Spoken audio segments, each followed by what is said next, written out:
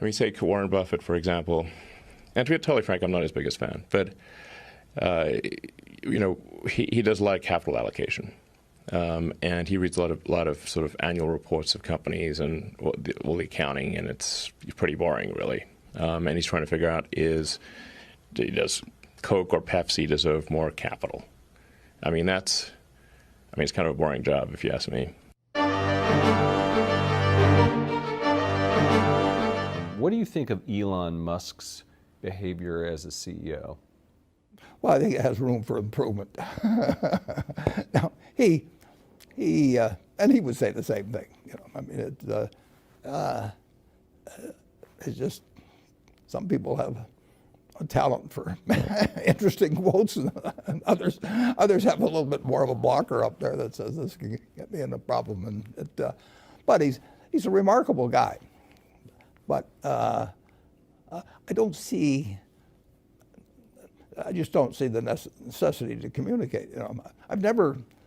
I think I've got 7 tweets because a friend of mine signed me up for it, and she's called me about 100 times saying, can I tweet this or that? And I've said yes to her 7 times, I guess, or something like that. I've never actually written one myself. I don't even know how to do it. Have you talked to Elon ever? He joined the Giving Pledge, so once or twice, but that's a lot of years ago. 7 or 8 years ago.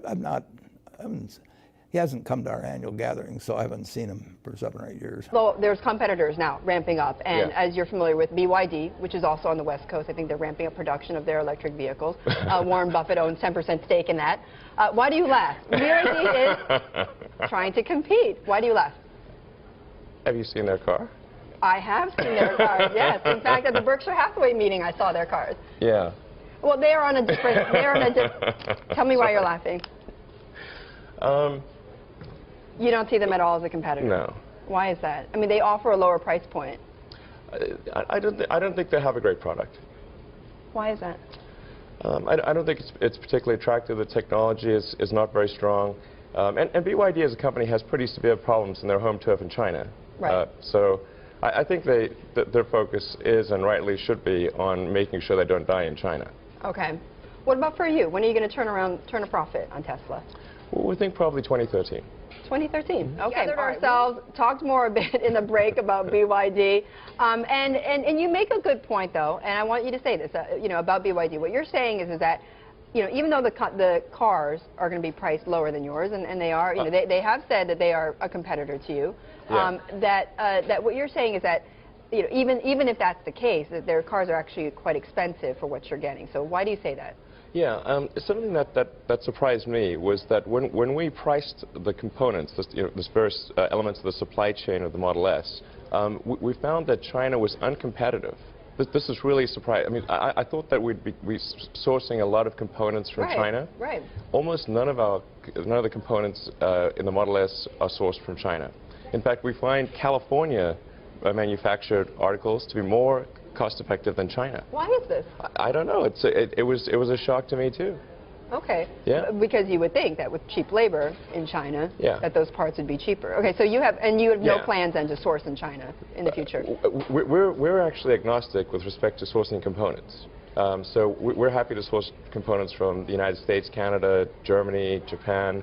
And we do source a lot of components in Mexico. We source a lot of components from those countries. Right. But surprisingly, almost nothing from China.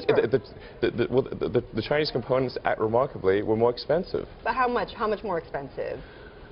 On the order of 10% to 20%, something like that. Okay. Yeah. And that's a huge difference. Yeah. Now maybe due to logistics. Right. You've got to ship the stuff. It's a lot easier to ship a little iPhone than it is to ship some big, heavy component. That may be a factor.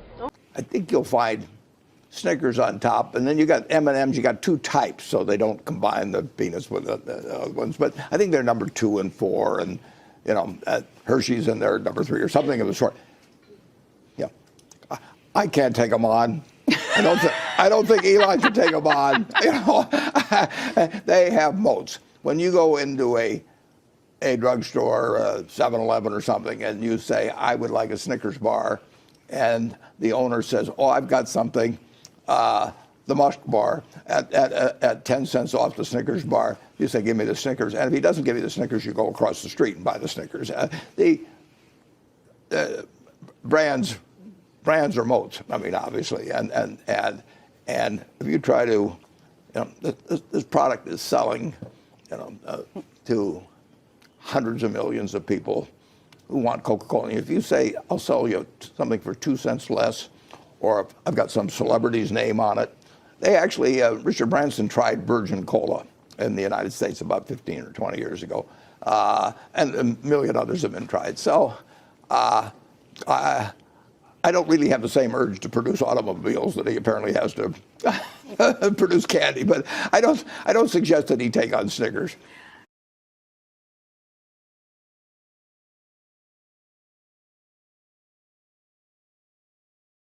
Tesla will start to offer insurance for its cars and can price it better than a typical insurance company because of the data it collects from all the vehicles on the road.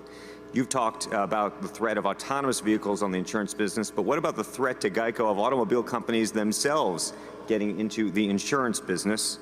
And on a very similar topic, Tesla recently announced that they're shifting to an online-only sales model, and several traditional auto dealerships are also reducing their property holdings as car buyers increasingly use smartphones and the internet to shop for cars. What does this portend for Berkshire Hathaway Automotive? Yeah. Actually, General Motors had a company for a long time called Motors Insurance Company, and various companies have tried it. I would say that the success of the insurance company, of the auto companies getting into the insurance business, are probably about as likely as the success of the insurance companies getting into the auto business. I worry much more about Progressive than all of the auto company possibilities that I could see in terms of getting an insurance business. It's not an easy business at all. And I would bet against any company in the auto business being any kind of an unusual success. The idea of using telematics in terms of studying people's driver's habits, that's spreading quite widely, and it is important to have data on how people drive, how hard they brake, how much they swerve, all kinds of things. So I don't doubt the value of the data, but I don't think that the auto companies will have any advantage to that. I don't think they'll make money in the insurance business. Using the internet to shop for cars is like, using the internet for shopping for everything. It's another competitor, and there's no question that people will look for better ways. Now, the gross margin on new cars is about 6% or thereabouts. So there's not lots of room in the game, but that will be a method, and that will sell some cars. And if there are, it's another competitor. But I don't think it destroys the auto dealer who takes good care of the customers and is there to service the customers. And it's not an overwhelming threat, but it's obviously something that's going to be around and will sell some cars. Charlie? This week on his Tesla earnings call said the following, quote, "I think moats are lame." I'm just wondering why that isn't a moat, because, as a long-term investor, I feel like the charging infrastructure you guys have built would take years and millions of dollars for another brand to replicate. So I'm just curious about the strategic thinking behind opening that up versus keeping it closed. First of all, I think moats are lame. They're like nice and sort of quaint, vestigial way. But like if your only defense against like invading armies is a moat, you will not last long. What matters is the pace of innovation. That is the fundamental determinant of competitiveness. And for any given company, if the rate of innovation, let's say, competitors, maybe they come out with something new every 6 years. We're maybe every 2 to 3 years. So if our rate of innovation is, let's say, twice that of any given competitor, then it is simply, and this is true of generally of companies in any industry.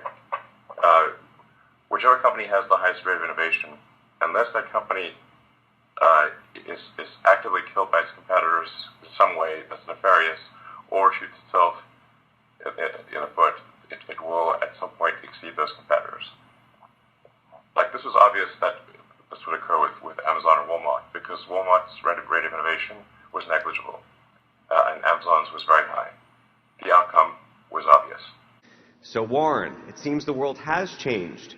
Business is getting more competitive, pace of innovation, technology is impacting everything. Is Elon right? Well, the answer to that one, Warren. Elon says a conventional moat is quaint, and that's true of a puddle of water. And he says that the best moat would be to have a big competitive position, and that is also right. You know, it's ridiculous.